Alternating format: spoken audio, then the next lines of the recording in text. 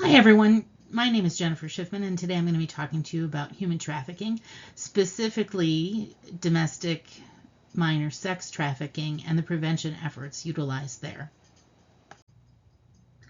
One of the more difficult things when we discuss domestic minor sex trafficking is utilizing a standard definition. Law enforcement obviously have their requirements. Social service agencies might speak about it in a different way. Victims advocacy services would speak about it in a different way. Today I'm choosing to use the Department of Justice definition from 2022, and essentially paraphrased, it says any activities where you're knowingly, recklessly contributing to the delinquency of a minor to entice that minor to engage in a commercial sexual act. And a commercial sexual act involves any sexual act which is traded in for anything of value. Our current policy on human trafficking and domestic minor sex trafficking, I think, is a good one. It's the ecological approach, which means we are going to interject strategy, policy into every domain of a child's life, surrounding them with kind of wraparound services so that we can monitor them for safety and that we're all working with the same information. And we've done a great job of training the adults in our communities and professionally, I should say, child care workers, nonprofits, law enforcement, juvenile justice, victim advocacy, social workers. All those people I have been receiving training through grant funding, and that is fantastic work. And it has really been necessary to get that work done in a hurry. However, it seems we've left someone out when we talk about every domain of a child's life. So in having trained all those adults, we've done some great work and we've built an external support network for them. However, we have neglected the victims themselves, the children, and their parents, who are their first line of defense. So it's really important for us to make sure they get a factual education about what threats human trafficking poses, where those threats come from. Will it be external? Could it be internal? What kind of tricks do human traffickers use, and what might they promise a child in order to get them to participate in these activities? The average age of entry into human trafficking is between 13 and 15 years old, and it's critically important that we get to the children with this information before the traffickers do. So in working with the general public, specifically parents, we spend the majority of our time undoing the influence of media and social media, of movies and of memes and of videos about people placing things underneath the wipers on your daughter's windshield because she's about to be kidnapped. We really need to bring home the fact that trafficking happens in your town. It happens in every town. It's not the big city. It's even out in rural areas. In fact, it's often more effective in rural areas.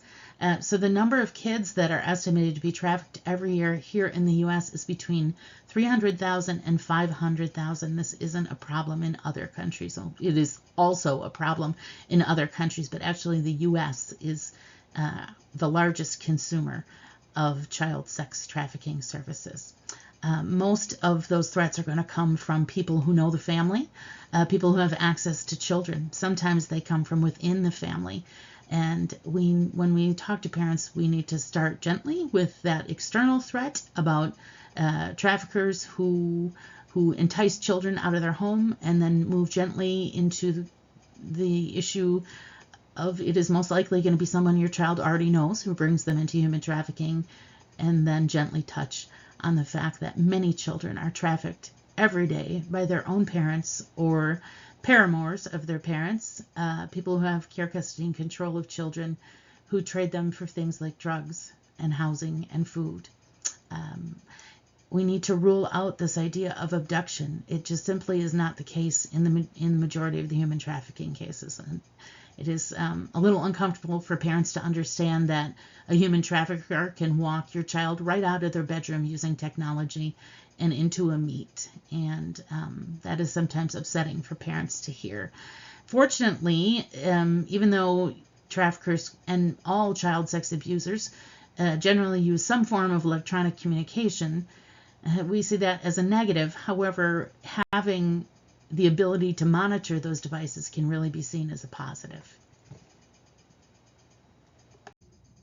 Some great work is already being done by organizations like the Child Advocacy Centers, the Stop Trafficking Project. I believe that he's out of Kansas, but he also does a lot of work in Missouri, doing big assemblies for kids in language that they can understand, with an energy level that they really love, teaching them about how human traffickers work. And he has a very compelling victim also. He tells her story.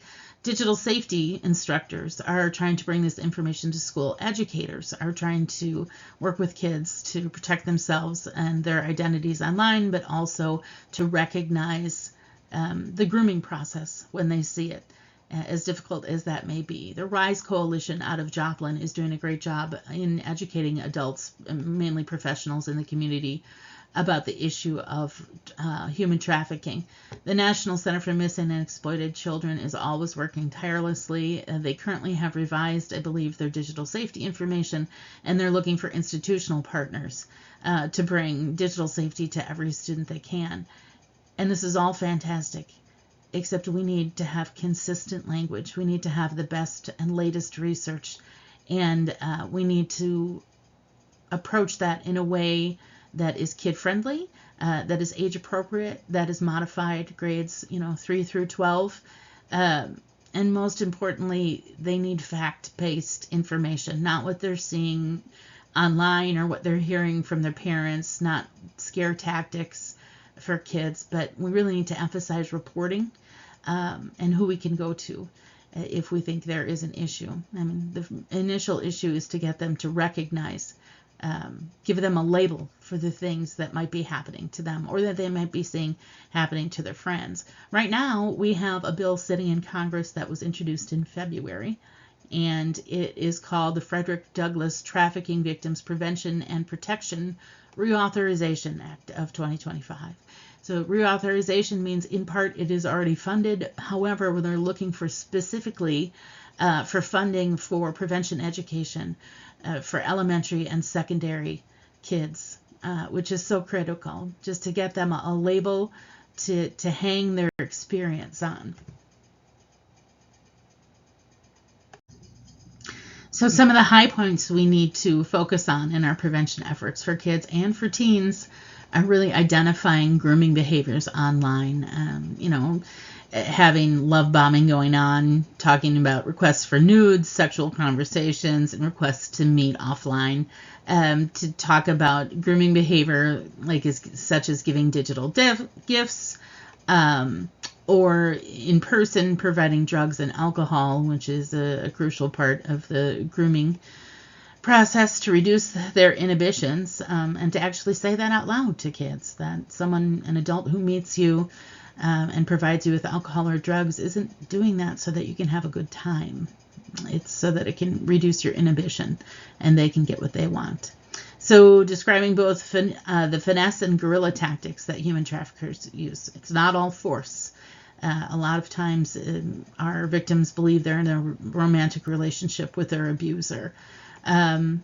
We need to make our prevention efforts inclusive too, and we need to understand that predators look for the easiest prey, and a lot of times our kids with special needs or in special education, our fosters, are at risk. That is not to say that the cheerleaders and football players are not also at risk, but we need to make sure it's inclusive, and I really do think we should spend some time talking about the specific issues faced by the LGBTQ plus community, because that is a whole nother ball of wax. I think incorporating victim testimonies is really important, because as anyone who has kids knows, it didn't really happen if you can't put a face to it, and if it didn't happen recently. We need to provide specific instructions on how to report when something happens. Who do I go to? What words do I use? What should I expect to happen? Because the tell a trusted adult mantra that we've been using for years isn't really working, especially when the person who is abusing you is considered a trusted adult. So we also need to provide information on the National Center's Take It Down program, which allows kids who may have nudes online that were posted to social media to have those taken down. Obviously, it doesn't erase the entire impact of it, but at least more people can't get a hold of it and use it to blackmail them into sexual situations, which is the beginning of human trafficking. As I am sure you are painfully aware, child sexual abuse, human trafficking, domestic violence, drug use, poverty are all intertwined. And so when I chose more resources for you, I tried to choose organizations that really incorporate a kind of a whole kid or a whole family look at how child sexual exploitation and human trafficking begin and continue in communities, and where we can intervene and what we can do to stop the process. So, of course, my topic is going to be the National Center for Missing and Exploited Children and the Internet Crimes Against Children Research Center, Polaris Project, Exodus Road, Thorn, Tim Tebow Foundation. Those are great places to go for some initial information. There are so many podcasts about human trafficking and child sexual exploitation right now. I chose a few of them for you, and I hope you'll find them useful in your future endeavors. So thank you for your time today. I know this issue gets a lot of press, and I hope this was in some way helpful. Whatever part you choose to play in combating human trafficking and child sexual exploitation is certainly appreciated, and I wish you all luck in your future classes and careers.